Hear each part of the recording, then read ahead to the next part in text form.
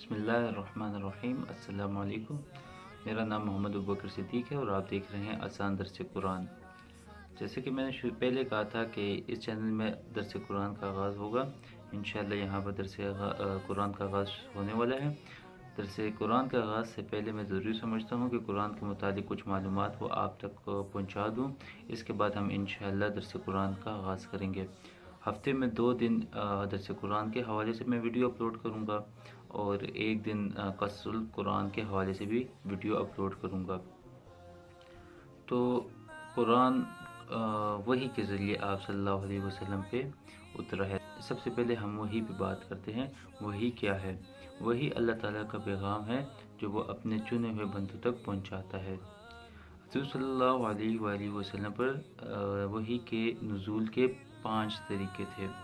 ان میں سے پہلا طریقہ تھا گھنٹی کی آواز کی طرح، کہ جب آپ صلی اللہ علیہ وسلم پہ وحی نازل ہوتی تھی تو آپ صلی اللہ علیہ وسلم کو ایسا محسوس ہوتا تھا کہ جیسے گھنٹی کی آواز بج رہی ہے۔ صحیح بخاری کی ایک حدیث ہے، حضرت عائشہ رضی اللہ تعالیٰ عنہ فرماتی ہیں کہ ایک مرتبہ حضرت حارث بن حشام رضی اللہ تعالیٰ عنہ نے آپ صلی اللہ علیہ وآلہ وسلم سے پوچھا کہ آپ پر وحی کس طرح آتی ہے؟ تو آپ صلی اللہ علیہ وسلم نے فرمایا کہ کبھی مجھے گھنٹی کسی آواز سنائی دیتی ہے اور یہ صورت میرے اوپر انتہائی زیادہ سخت ہوتی ہے۔ شیخ محی الدین ابن عربی رحمہ اللہ نے اس کا مطلب یہ بیان کیا ہے کہ جس طرح گھنٹی کی آواز مسلسل ہوتی ہے اسی طرح وحی کی آواز بھی مسلسل ہوتی تھی، اس لیے آپ صلی اللہ علیہ وسلم نے گھنٹی کے ساتھ وحی کو تشبیہ دی، وحی کی آواز کو تشبیہ دی۔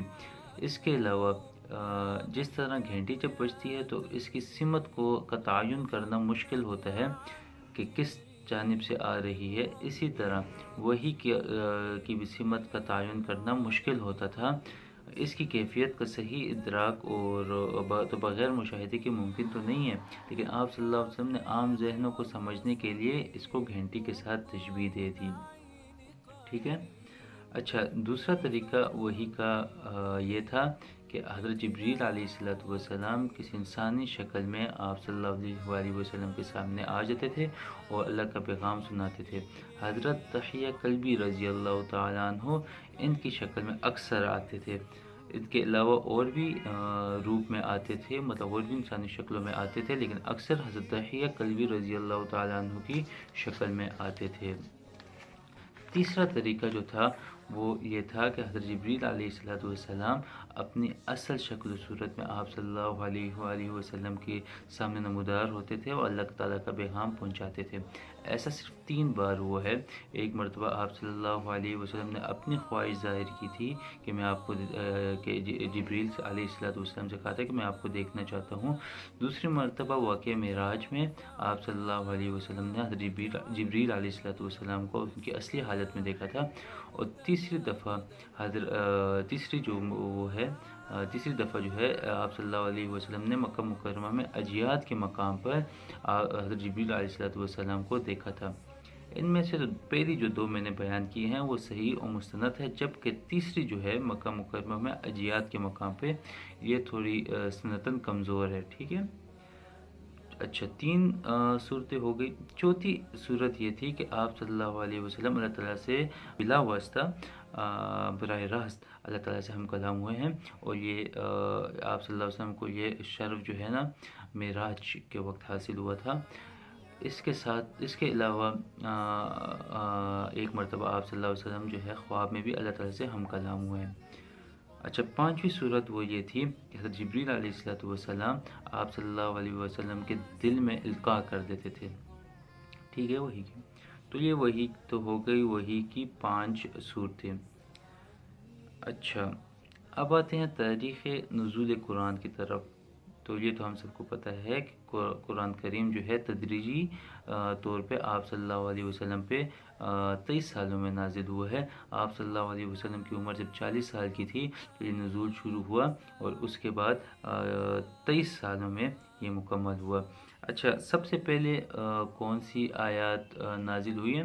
سب سے پہلے آپ صلی اللہ علیہ وسلم پہ سورہ علق کی 5 آیتیں نازل ہوئی ہیں، جو کہ یہ ہیں: اعوذ باللہ من الشیطان الرجیم، بسم اللہ الرحمن الرحیم، اقرأ بسم ربک الذی خلق خلق الانسان من علق اقرأ وربک الاکرم الذی علم بالقلم علم الانسان ما لم یعلم۔ اس کی تفصیل انشاءاللہ ہم درس قرآن کے دوران ہی پڑھیں گے۔ اچھا، جب یہ آیت آپ صلی اللہ علیہ وسلم پہ نازل ہو گئی تو 2.5 سال کا وقفہ آیا دوسری وحی کے نزول میں، تو 2.5 سال بعد اس وقفے کو فطرت کا زمانہ کہا جاتا ہے، اور 2.5 سال بعد جو دوبارہ آیت نازل ہوئی وہ سورہ مدثر کی ابتدائی آیات تھی۔ اچھا، آپ لوگوں نے قرآن مجید میں سورتوں کے ابتدا میں مطلب سورتوں کے ساتھ جو ہے نا، آپ نے دیکھا ہوگا کہ بعض سورتوں کے ساتھ مکی لکھا ہوتا ہے، بعض سورتوں کے ساتھ مدنی لکھا ہوتا ہے۔ تو اس کا کیا مطلب ہے؟ تو مکی وہ صورتیں کہلاتی ہیں جو کہ ہجرت مدینہ سے پہلے نازل ہوئی ہیں، ٹھیک ہے، اور جو ہجرت مدینہ کے بعد نازل ہوئی ہیں وہ مدنی صورتیں کہلاتی ہیں۔ اگرچہ وہ مکہ میں نازل ہوئی ہوں، ہجرت کے بعد مکہ میں نازل ہوئی ہوں یا کہیں اور نازل ہوئی ہوں، جیسے فتح مکہ کے موقع پہ یا صلح حدیبیہ کے موقع پہ بھی جو صورتیں یا جو آیتیں نازل ہوئی ہیں وہ مدنی کہلاتی ہیں، ٹھیک ہے۔ اچھا، ابھی یہاں پر ایک بات ہے کہ قرآن مجید جو ہے اس کا نزول تدریجی کیوں ہوا ہے، بلکہ مطلب یہ ایک ساتھ، جس طرح حضرت موسیٰ علیہ السلام پہ ایک ساتھ پوری تورات نازل ہو گئی تھی، تو اسی طرح قرآن مجید کا نزول کیوں نہیں ہوا تدریجی طور پہ، یہ ایسا کیوں ہوا ہے؟ تو اس کے 4 جوابات ہیں۔ ایک تو یہ کہ آپ صلی اللہ علیہ وسلم جو تھے وہ امی تھے، ٹھیک ہے نا، پڑھے لکھے نہیں تھے، تو اس لیے اگر ایک مرتبہ سارا قرآن نازل کیا جاتا تو ہو سکتا ہے کہ ان کے لیے یاد رکھنا اور ضبط کرنا دشوار ہوتا، جبکہ حضرت موسیٰ علیہ السلام پڑھے لکھے تھے، اور تو اس وجہ سے ان پہ تورات جو ہے نا ایک ہی دفعہ نازل کی گئی، حد تک کہ عثمانی صاحب نے یہ جواب دیا ہے۔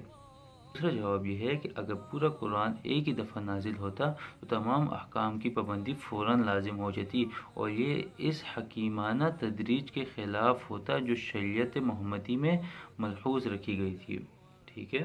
تیسرا جواب یہ دیا گیا ہے کہ آپ صلی اللہ علیہ وسلم کو اپنی قوم کی طرف سے ہر روز نئی اذیتیں برداشت کرنا پڑتی تھی، تو حضرت جبریل علیہ السلام کا بار بار قرآن کو لے کر آنا، بار بار اللہ تعالیٰ کا پیغام لے کر آنا، یہ آپ صلی اللہ علیہ وسلم کی دلجوئی کا سبب بنتا تھا، اور آپ صلی اللہ علیہ وسلم کو تقویت ملتی تھی۔ چوتھا جواب یہ ہے کہ قرآن مجید کا ایک بڑا حصہ لوگوں کے سوالات کے جوابات اور مختلف واقعات سے متعلق ہے، اس لیے ان آیتوں کا نزول اسی وقت مناسب تھا جس وقت وہ سوالات یا وہ واقعات رونما ہو رہے تھے، تو اس کی وجہ سے قرآن مجید کا حق ہونا صحابہ پہ اور لوگوں پہ زیادہ اشکارا ہو گیا تھا۔ تو یہ 4 جوابات دیے جاتے ہیں قرآن کے تدریجی نزول کے متعلق۔ اچھا، قرآن مجید میں 2 طرح کی آیاتیں ہیں، ایک وہ آیات ہے جو اللہ تعالیٰ نے بغیر کسی سبب، بغیر کسی واقعے کے نازل فرمائی ہیں، اور دوسری قسم کی وہ آیاتیں ہیں جو کسی واقعے کی وجہ سے یا کسی سبب کی وجہ سے نازل ہوئی ہیں، کسی نے کوئی سوال پوچھا ہے اس کے متعلق یہ آیاتیں نازل ہوئی ہیں، تو اس واقعے کو اس سبب کو شان نزول کہا جاتا ہے۔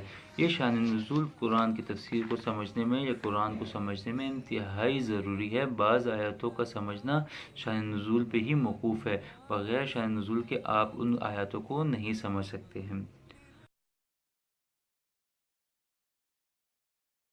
اللہ